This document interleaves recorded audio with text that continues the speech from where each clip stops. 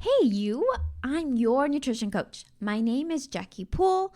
Welcome to Happiness is a Healthier Habit. Let's get today's episode started.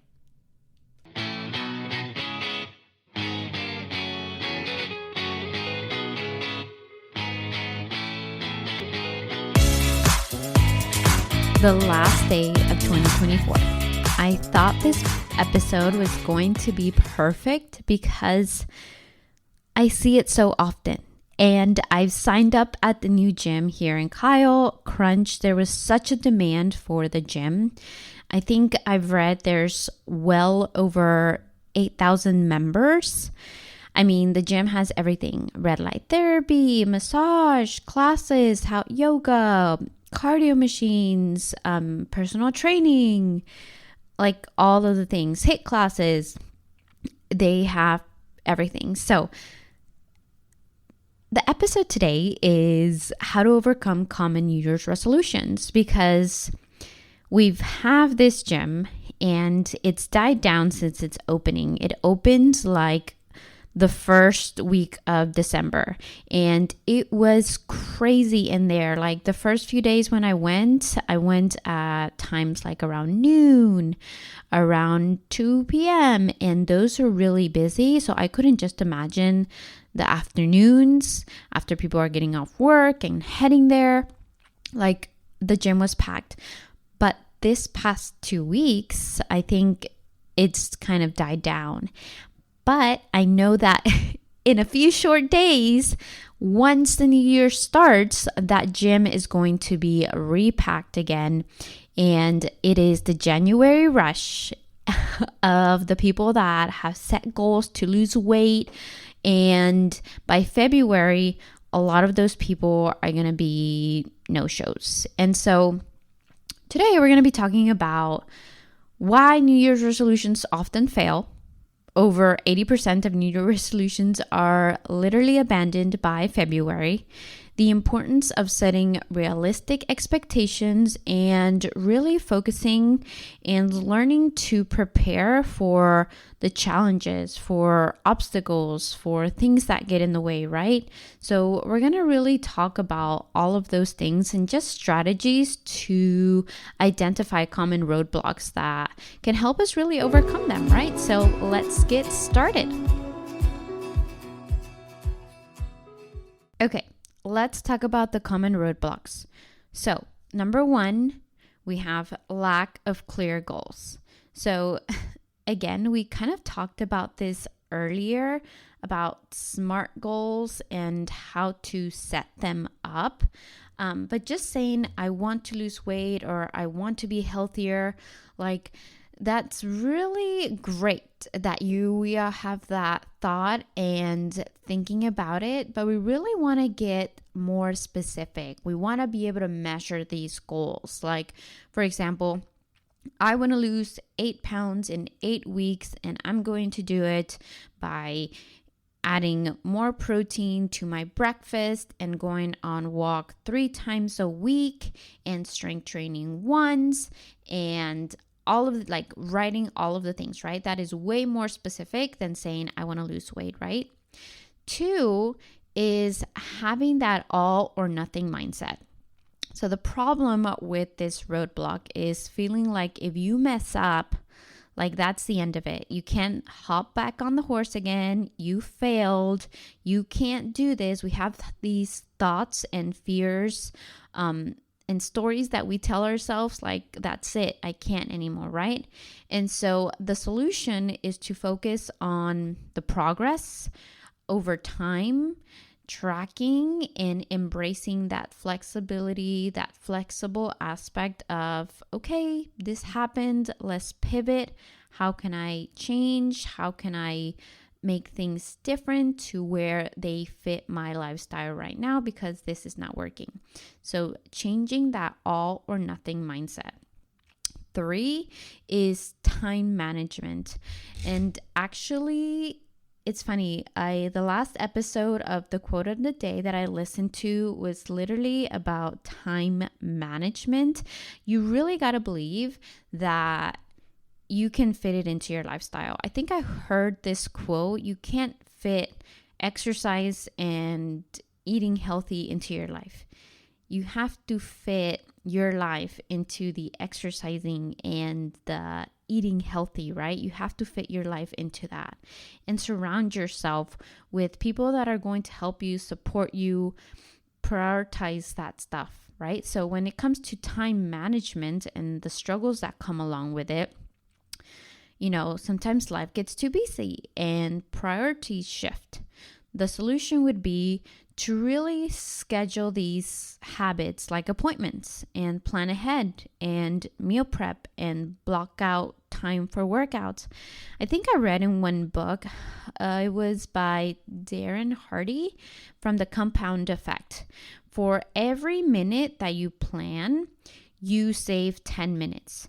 So if you plan for 60 minutes, you save 600 minutes. So let's do the math here because I am not good at doing math. So 600 minutes divided by 60, you save 10 hours in a week by sitting down and just planning your week. So if you're struggling with time, I would suggest to really write out your schedule, be as detailed as possible, and that is going to be the solution. Treat everything like appointments, like you do your soccer kids practice, how you do the games, how you do doctor's appointments. It will happen when we put it on the calendar, when we put it on the schedule, because when we have things like that, they fit into our lifestyle. And so we have to make it the same way with daily habitual habits, right? So treat your lifestyle, your good habits as appointments to help you manage your time and improve time management. Number 4 is going to be lack of accountability.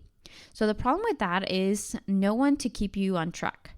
So either you can do that yourself by tracking your progress on your own, or the solution would be to join a group, hire a coach, or find an accountability partner. But that's really going to hold you accountable, right? When I start a coaching client, I always like to talk about expectations. And I expect honesty. And sometimes when we have friends, we kind of like let go of that accountability and, it's okay. We can just skip it for today. So sometimes you need like a third party. And that's where the coaching comes in, right? To help you really stay focus and help you stay committed to what you say you're going to do. Hold you accountable for what you said you were going to do. And that can be kind of a little bit more of assurance for you to hold yourself accountable and keep you on track for what you said you're going to do. Number 5 is motivation wanes. So the problem with this is it's the new year. Of course, everybody's so excited to start something new, start fresh routines, and go from 0 to 100 super quick, super fast. Let's do all the things. I'm going to work out 5 days a week. I'm going to drink my water and do all the things. And this can really be a recipe for burnout. So the solution to this, so you're not burning out, so you're not draining all that excitement, is tie your solution, your motivation to a bigger purpose, to why you're doing this, but also take it slow enough where you can really evaluate and celebrate those small wins that are happening while you're taking that road, while you're taking this new change, right? Really be present in your life and take account for all the good things that are happening and celebrating those accomplishments that you set out to do.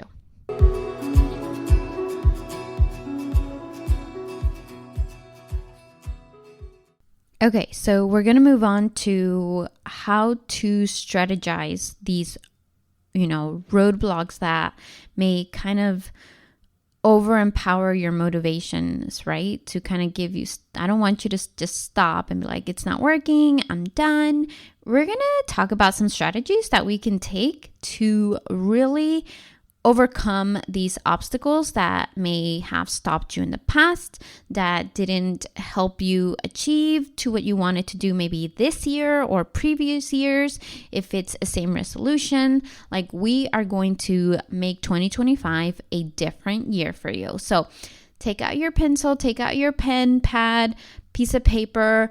We are going to be talking about the strategies that you need to do to really be successful this year. So I'm so excited. Number one, we're going to really break down goals into smaller steps, right? So we're going to set micro goals.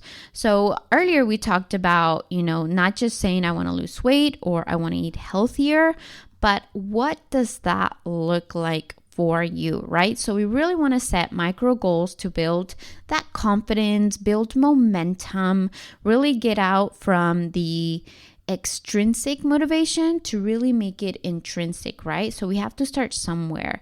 And by setting these micro goals, you're really going to build that confidence, and that belief in yourself is going to increase. You're going to find proof that I can do this. I am capable of doing it by checking off these smaller goals for you. So what does that look like? So it can be, instead of aiming to work out 5 days a week, start with 2 to 3 days and build from there.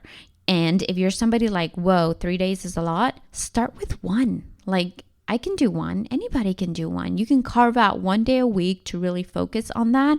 And I actually help with my coaching nutrition program. I have workouts that I can provide for you as well.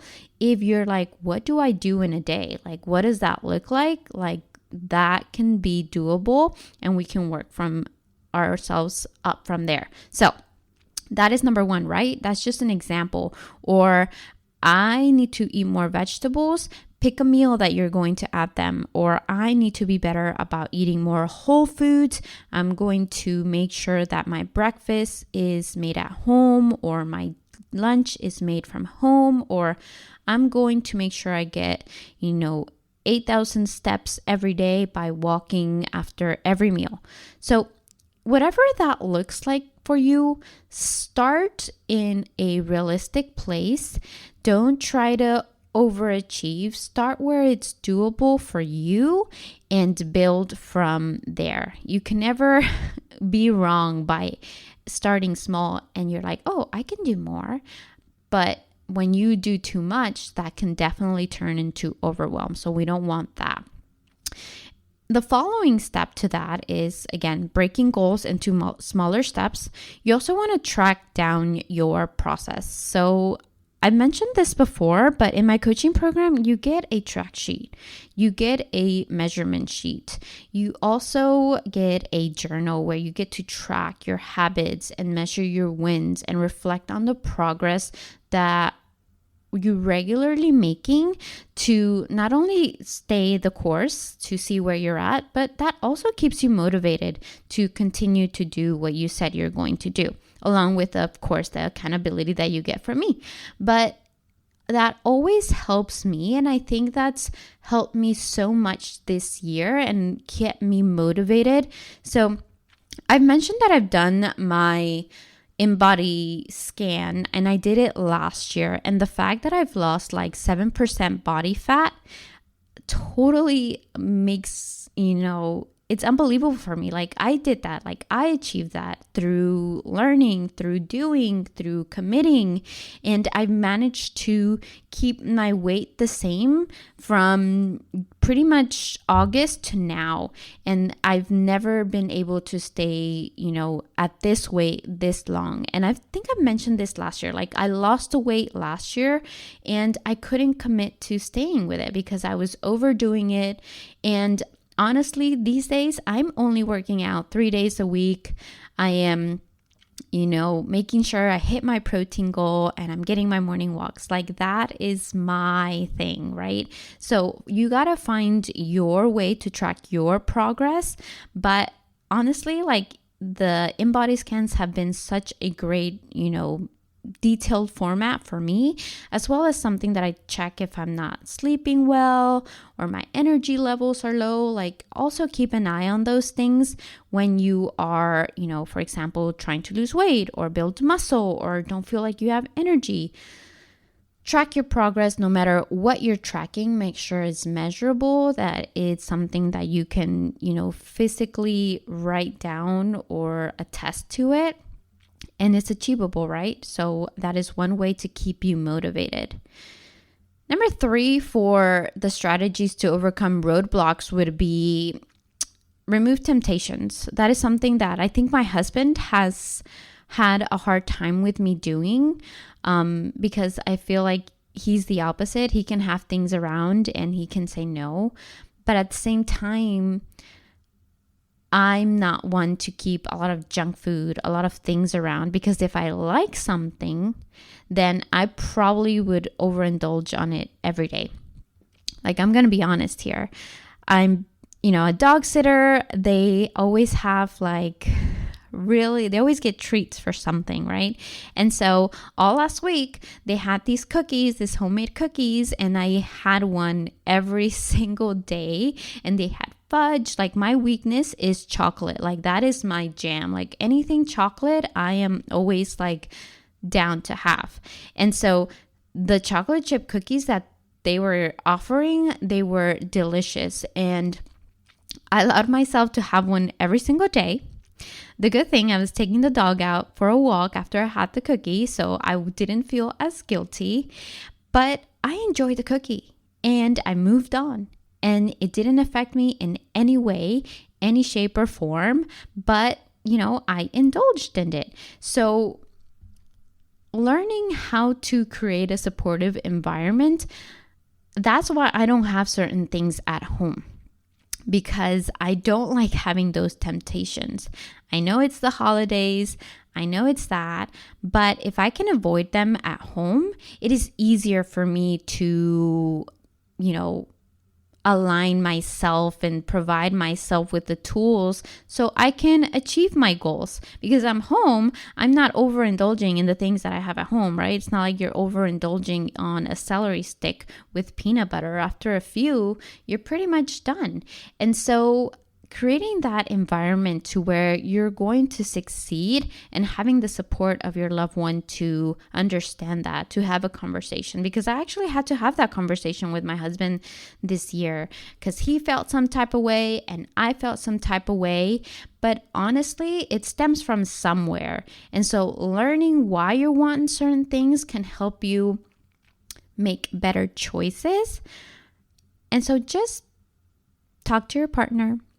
Talk to whoever you need to talk to, but really create an environment where you are going to succeed. Number 4 is going to be focus on your systems, not the outcomes, right? So we talked about breaking our goals, but it's not just about the end game.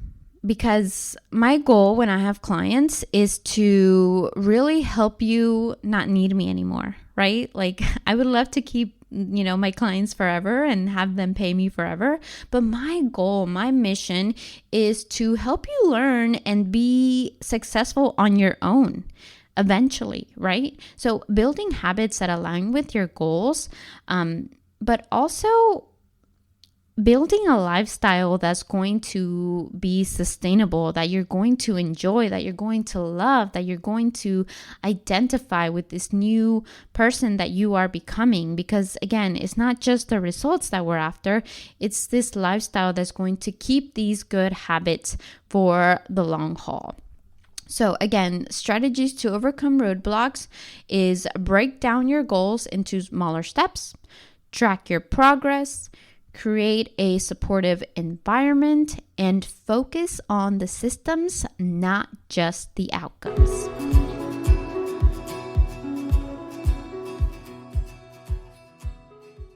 So I want to talk about some of the things that you could relate to as, the new year comes along and you want to overcome. Maybe you're feeling stuck. Maybe you feel like, this is another year, what's going to be different, to really focus on one, non-scale victories like energy, finding strength, feeling more happiness, learning new things, not just the physical aspect of your physical self, but also mentally and spiritually.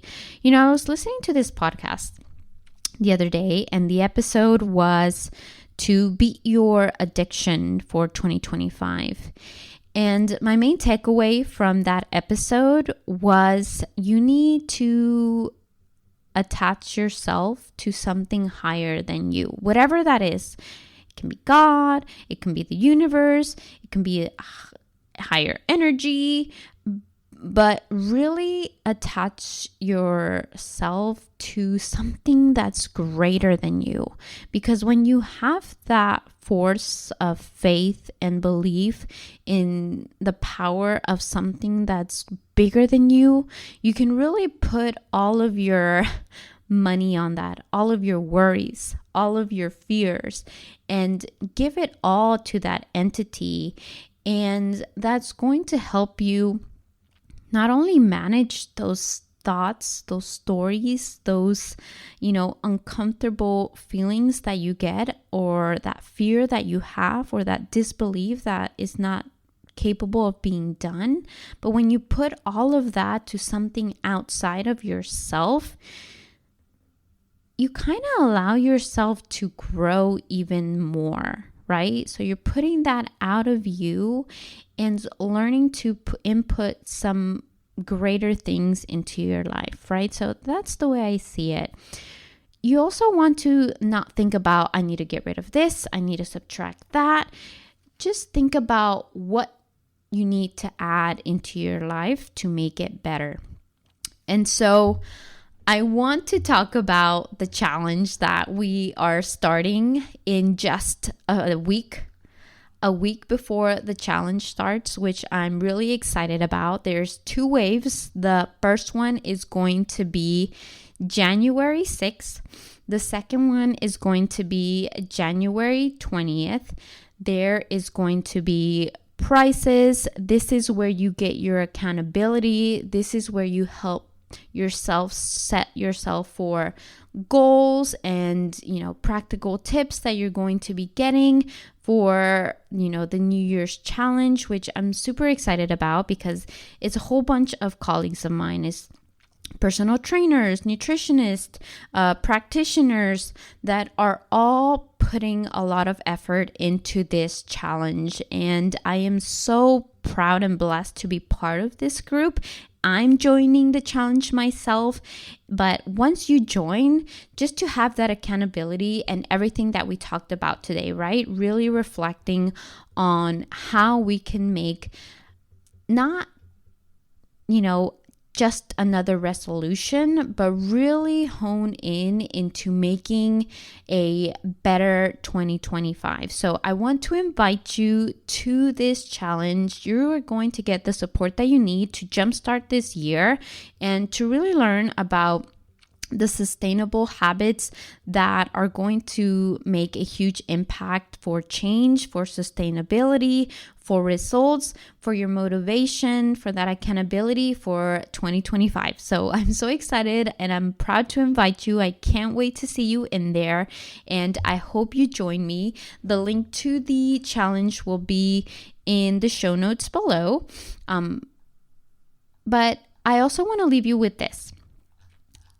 I want to leave you with a thought of just thinking about, what roadblocks you may have, throughout the year, that you had throughout the year, and what you can start preparing yourself, right, for 2025. I want to encourage you to really identify those things, brainstorm, start with strategies, start writing things down and bringing those to the challenge if you're doing it or not. But really finding yourself, whatever's going to hold you back, and figuring out ways how to kind of overcome them, or figuring out how we can do things differently to not get stuck again, to not plateau again, to not just another, wishful thinking that this could have happened. So I want to leave you with that. Resolutions are not about being perfect. It's about really starting to create a better version of yourself, right? To a better me, a new me. That's what it is. And so I want to remind you to work on that and know that, overcoming roadblocks is a part of a normal journey. It's never a straight line, but, the harder roads sometimes lead to greater journeys and greater lives lived. And, without those obstacles or objections, your life might be better. And, being persistent and committed is really going to help you get to where you want to go. So I'm happy that you joined me today. Happy New Year, and cheers to 2025.